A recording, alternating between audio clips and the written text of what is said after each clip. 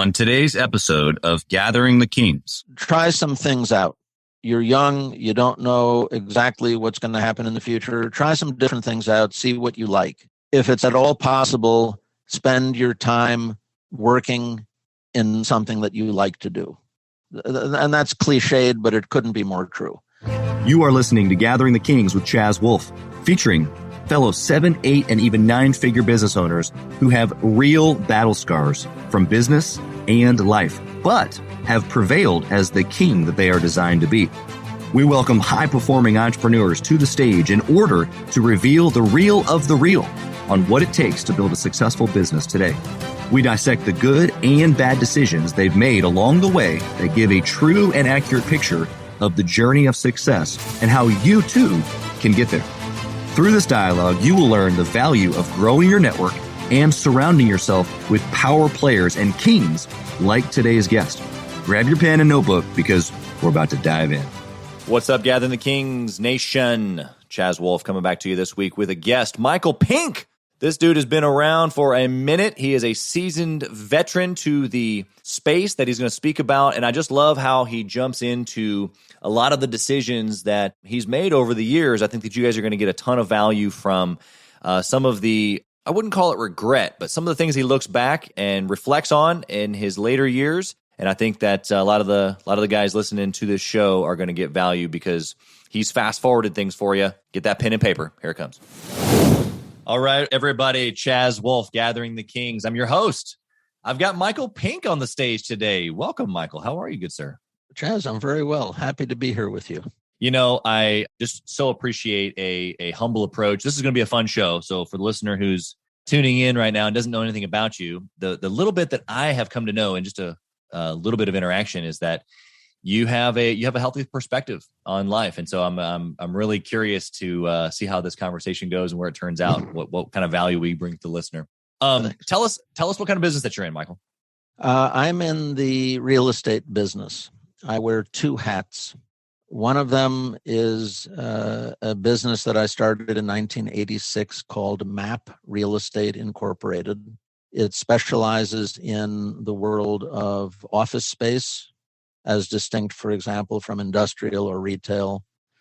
And we specialize in the representation always and only of the corporate tenant. Okay. Now, sometimes we negotiate a lease that's not for office space, but we specialize in office. And sometimes we negotiate the purchase of the building or the office space that our client wants to occupy, but mostly it's leases. Okay, great. And then what's the other hat that you're wearing in the real estate space? My other hat is called Investing in Communities, and that is the name of a nonprofit social enterprise that my wife and I founded as the result of something we began to do 25 years ago as part of MAP Real Estate. Believe it or not, when my company was 9 years old, before I thought I really could afford to do something like this, I said to Sharon, I would like to try to be in business in a different way so that when I'm working hard, I know I'm doing it to try to benefit us, and I want it to benefit the world, and I want not to be able to separate those two things. Yeah, that's awesome. Well, we're going to definitely dig into that because I don't know of a more kingly mindset to have. We were just kind of chatting about this offline, for the listener who didn't get to hear us, but we were talking about, kind of like this king mindset and taking, really ownership of more people around you than just yourself. And really that's what happens at a certain level in the business. And it sounds like what you've done as far as even outside of the business, kind of merging two worlds together and taking ownership for others around you in your life and providing. That's a very kingly thing to do. So I want to get into your story here and figure out how you got into business. Tell us how entrepreneurship started. You said you've been in business a long time, so 25 plus years. Where did it all start for you? Well, it all started in fourth grade when my parents moved the family from a northern suburb of Chicago right downtown. And we moved into a 40-story apartment building. I was in fourth grade. My next older brother was 2 grades ahead of me. And we moved from a very large house into a 3-bedroom apartment. And my brother and I began a dog walking and shoe shining business. And our clientele was residents in our 40-story building. That's how it started. And continuing that, I had 2 part-time jobs pretty much throughout high school, not because I needed it, but for some reason I wanted to do this. And in fact, my father, I'm afraid that I really hurt his feelings once when I was in 9th grade, and I said, "Dad, I don't need to get an allowance anymore." Not being took it into your own hands. Not being a parent myself, it escaped me that maybe I was depriving him of something which gave him great joy as my father. Right.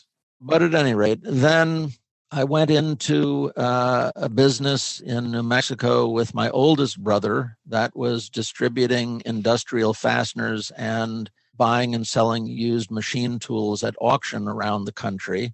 The 3 Mile Island occurred and made the uranium electric power generating industry on planet Earth go away overnight. Wow. Our customers were the uranium mines primarily and the contractors that built them and maintained them. Sure. So I came back to Chicago to reinvent myself and got into the commercial real estate brokerage industry as an office tenant rep. That was 1985.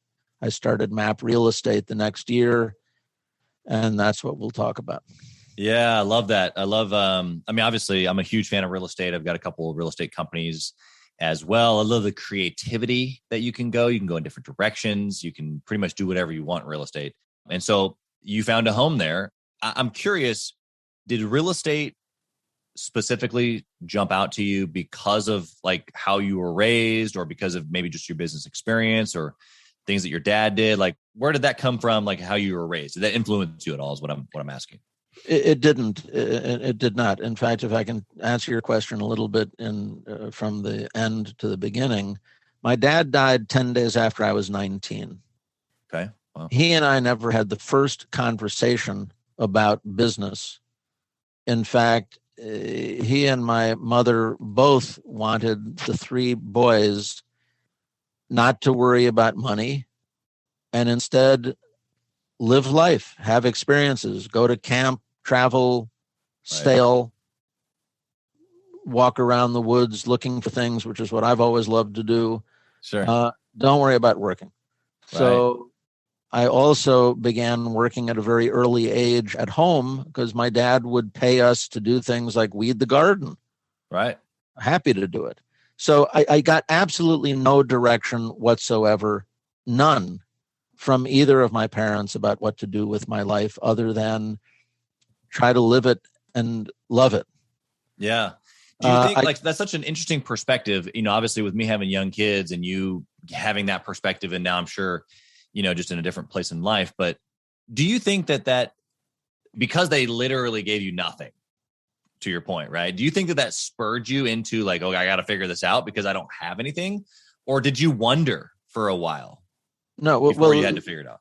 Let me be clear. They gave us everything material.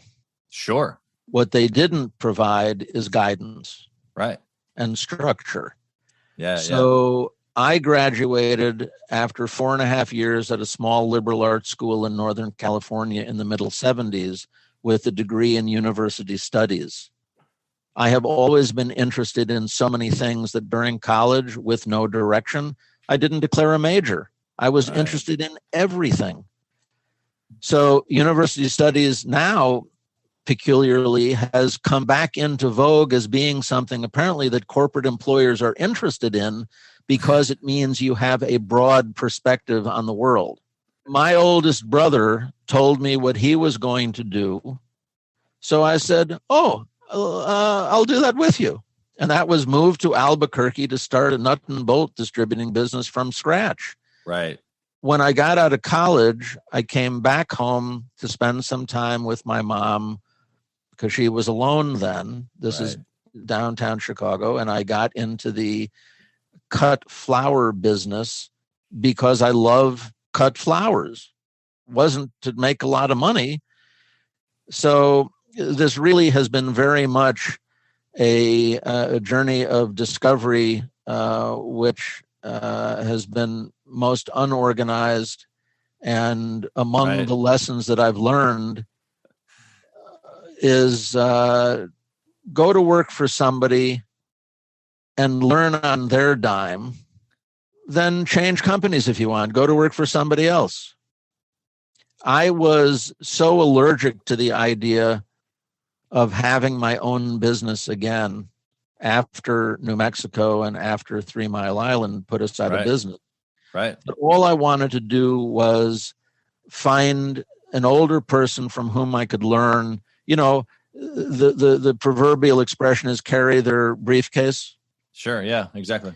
Sadly, that didn't pan out for me. And the people that I worked with when I moved back to Chicago were even worse than my former partner, not my brother. He and I had a partner in Albuquerque, even worse than him.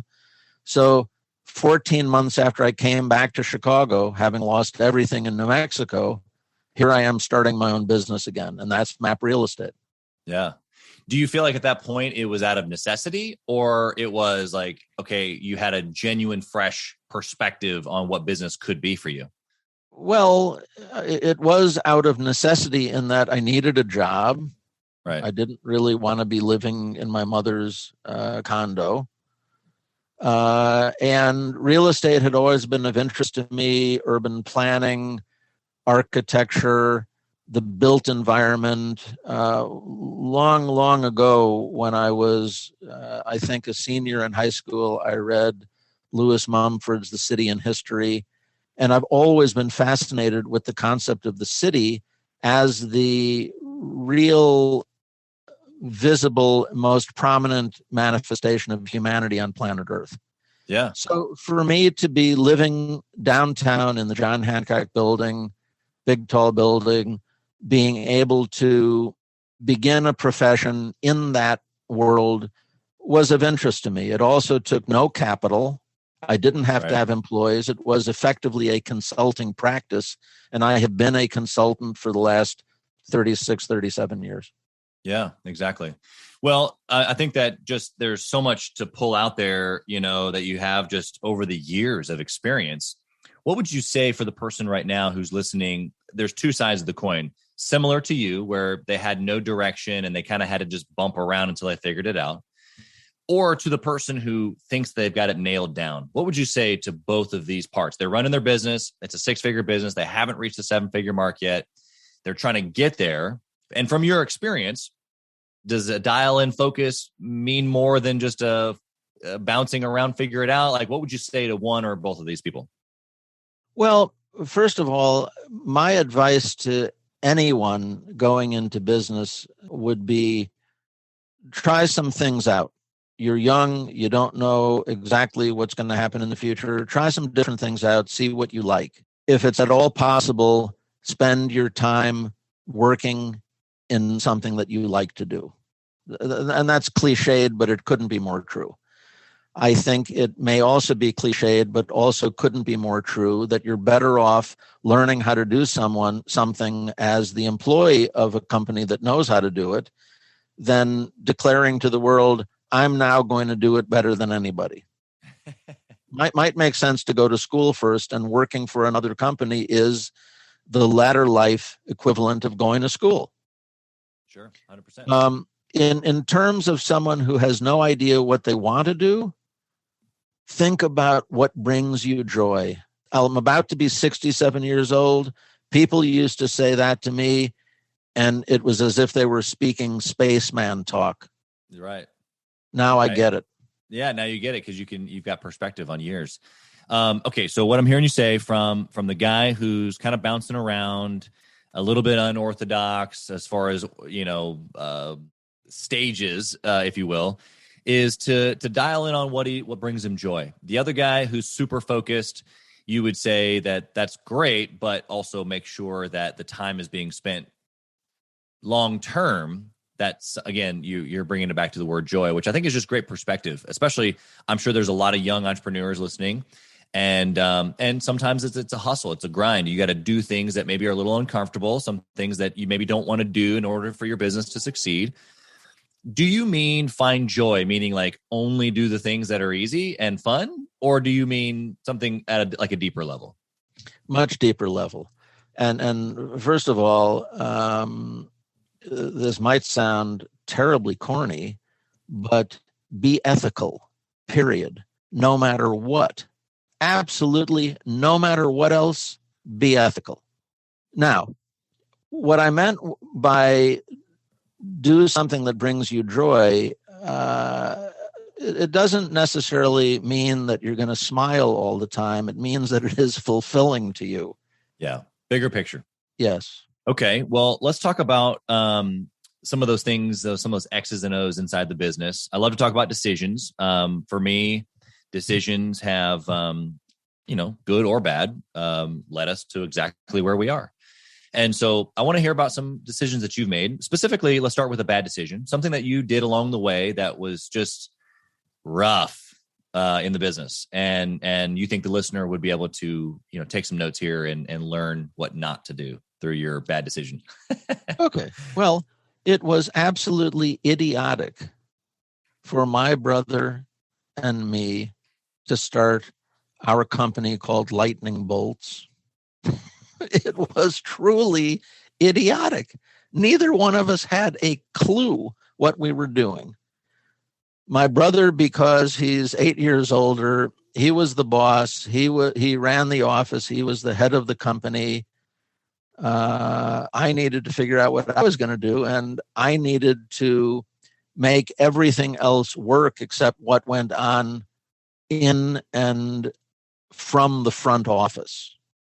So I was running the warehouse. I learned how to drive a forklift. I was actually quite good at it. I traveled around the country looking for surplus job lots of nuts and bolts, as they're referred to. I once bought 3 semi-loads, 120,000 pounds of nuts and bolts left over from the construction of Sears Tower in Chicago. Wow. I found them at a scrapyard in Indiana, and we shipped them back to Albuquerque. So my end of the business was running the warehouse and traveling around the country to source these fasteners. I'm telling you this because when I first got to Albuquerque, I literally did not know which was the nut and which is the bolt. You don't want to do that. You want to learn something about what you're doing. That's my strong advice to your listeners. Sure. Don't start your own company. Go to work for somebody else's company and see what they're doing, right and wrong. Right. Well, and if they're already in their business, right, because most likely the listener is running their own business, what I'm hearing you say that's applicable for them is become a master at your trade. And whether that's you specifically first, being the craftsman or the coach or the marketer or the whatever you are in your business, the agent. But you can eventually grow the business, obviously, by hiring other people. But then you have to make sure they're then a craftsman or a specialist in what it is that they're doing.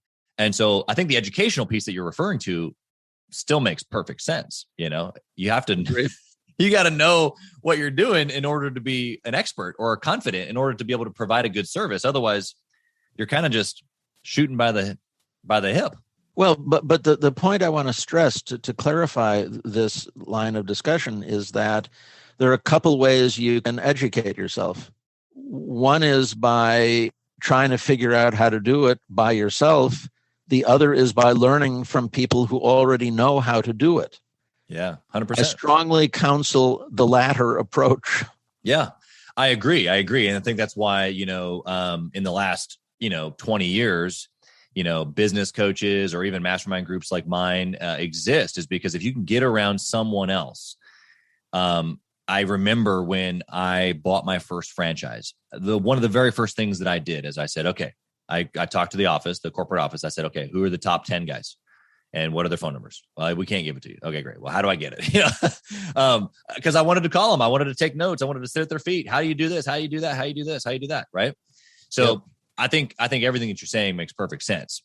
even for the entrepreneur who maybe is struggling, it makes even more sense because they probably haven't realized that they're not that good. They almost have like a false sense of arrogance, really.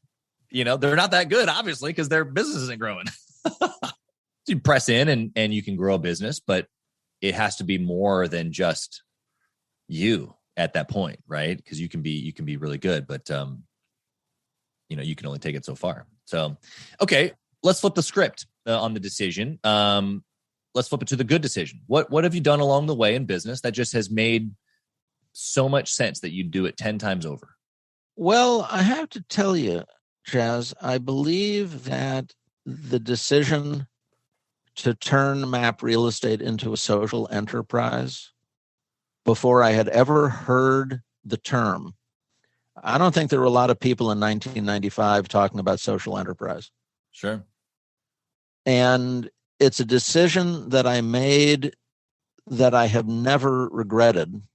Call me weird to think that I like the idea of getting a new assignment, aka business opportunity, and the paperwork that creates the business opportunity, which is the agency agreement that makes me the exclusive broker, is signed at the same time that our philanthropic pledge is signed by me and our client, right, for us to give away 10% of whatever it is we're going to earn. And the 10% had nothing at all to do with any particular religious orientation or ethical anything.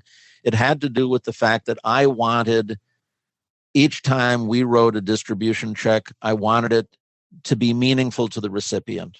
Yeah. So 100%. we simply said 10% of the gross.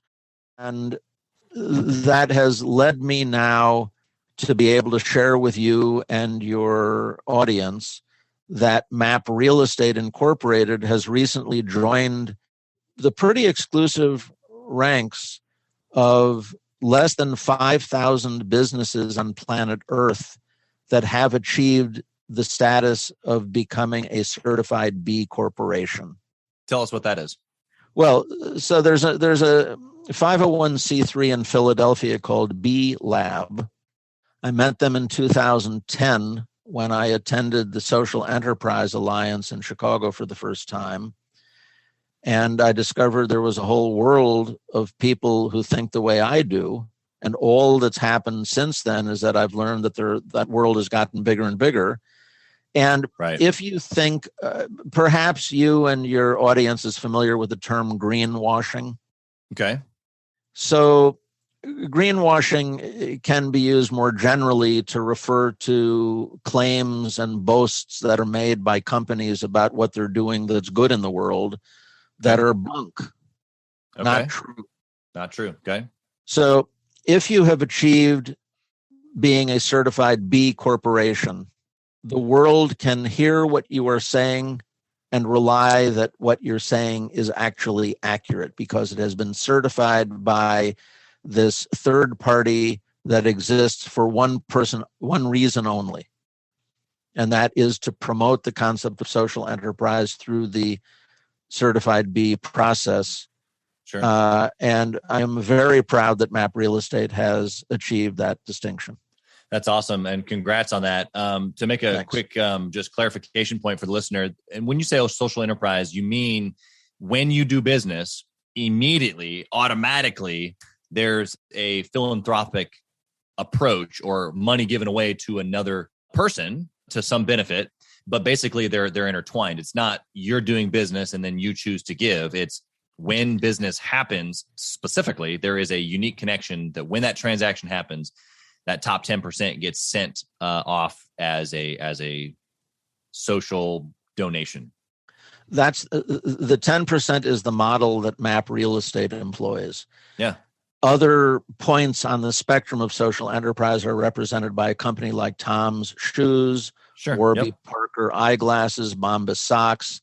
Those three companies are called Buy One, Give One. But there's the spectrum of social enterprise is broad and it's getting wider and deeper every day. Yeah.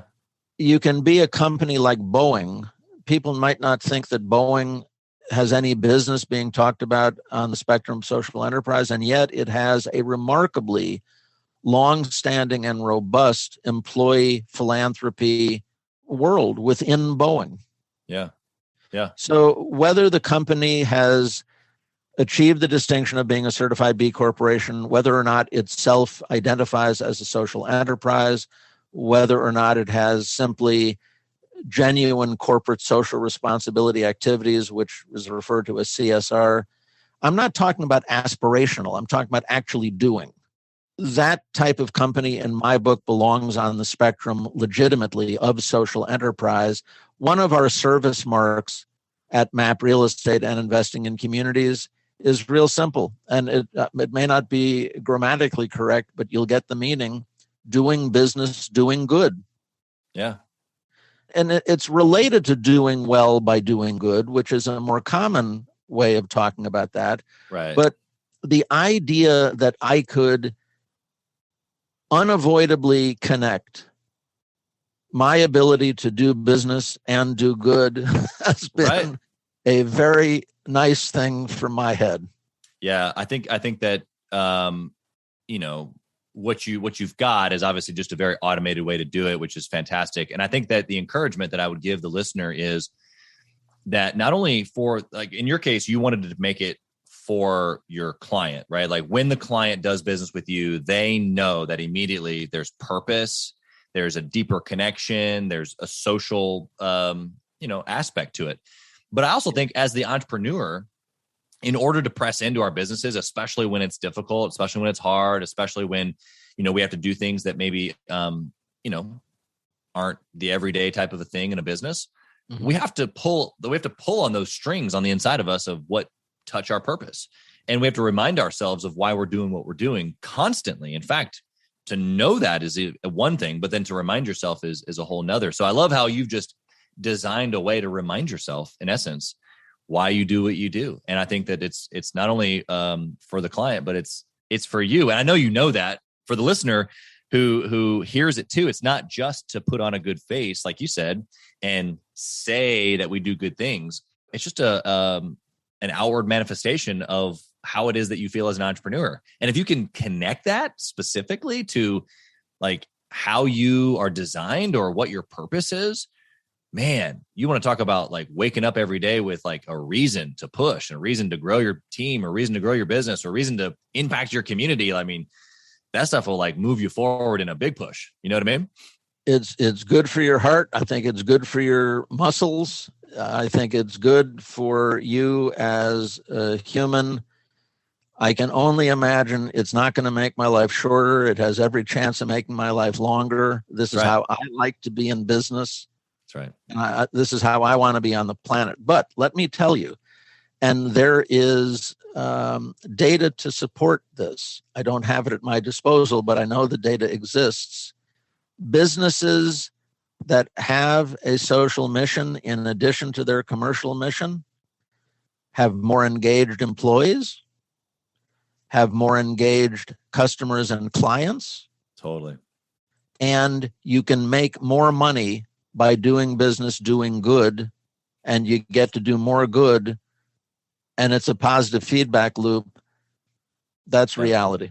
Yeah, 100%. That hit home, and hopefully it does for the listener as well. Okay, we're going to transition to the speed round. For these questions, we're going to try to go one-word answers, but I'm notorious for asking follow-up questions, so don't be surprised. Okay, speed round question number 1 is, in your business, what is the main metric that you would pick? If you could only track one thing, what would it be? Well, it's how many deals you're getting. Top line sales? Well, I suppose it's a high margin business, being in commercial real estate brokerage. Being in any real estate brokerage is a high margin business, I think. Yeah. So number of deals. I'm a huge fan of sales being the main metric. So we're in alignment there. What book would you recommend that a 6-figure owner read in order to educate themselves? As I shared with you previously, I don't read business books. Probably that's a mistake, but it's a fact. I did, however, find a book very early in my career as an office tenant rep. The name of the book is Negotiating Rationally. There you go. Yeah. And it is applicable far beyond the confines of negotiating a real estate transaction. Oh, sure. 100%. Communication. It's everything. It really is about understanding what your best alternatives mean to you. What do they cost?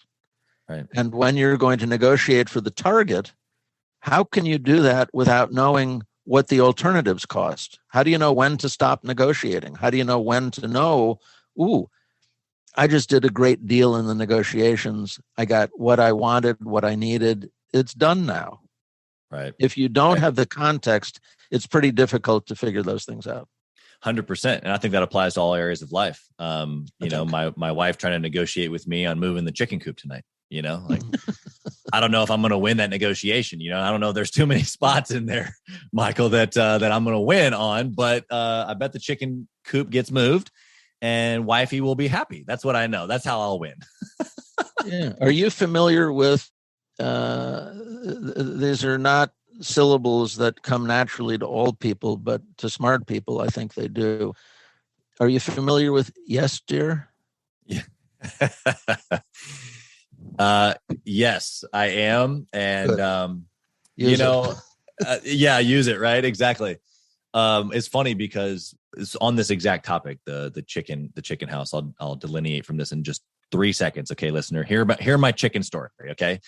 This was like a couple of weeks ago, and we got in a little muddle about the chicken coop, and because I really don't enjoy anything to do with the chickens, and she loves them. They're like her babies. She's got like 30 of them, and we don't do it for the eggs. We do it for the experience. You know, she loves caring for them. Our daughters help take care. It's great all the way around. I just don't want to be involved. But every time she asks, I say yes, because that's what I'm supposed to do. And so we had a little muddle about it because I didn't want to do it, but I was doing it. And, you know, there's those moments where you just say yes, dear. I just didn't say yes, dear, and then put a period on it. I had a yes, dear, comma, and some other thoughts, but I need to take your advice on that and put a period at the end of that yes, dear. Okay, next question. Do you intentionally network or mastermind with other entrepreneurs? I certainly intentionally network. The idea, so yes, if you want one word, the word is yes. What value do you get from networking? Well, I don't network with other people who do what I do. Okay. It doesn't occur to me that much will come to me as a result of networking with them, because they would like to get the deal instead of my getting the deal. Sure. I network with clients, with friends. I love to meet new people. Hello, Chaz. Yeah. I have been participating on this thing called Lunch Club. I've met now literally a couple hundred new people around the world, actually. I just have a good time talking to people. I talk to people when I'm standing with them in the elevator. Sure. You learn things. I mean, it really That's right. falls under the same heading for me as if I'm walking through the forest and I see a rock that I can pick up, chances are I'm going to pick it up and see what's under it. Yep. How am I also going to find out? Yeah, 100%. Yeah, there's a natural curiosity, I think, to intelligence, really. And you can't learn more if you don't have a desire to know more, and you don't have a desire to know more unless you're curious. And so I think that it stems from a place of wanting more. So great. I appreciate that. Last question. You ready? Yep. If you lost it all, what would you do?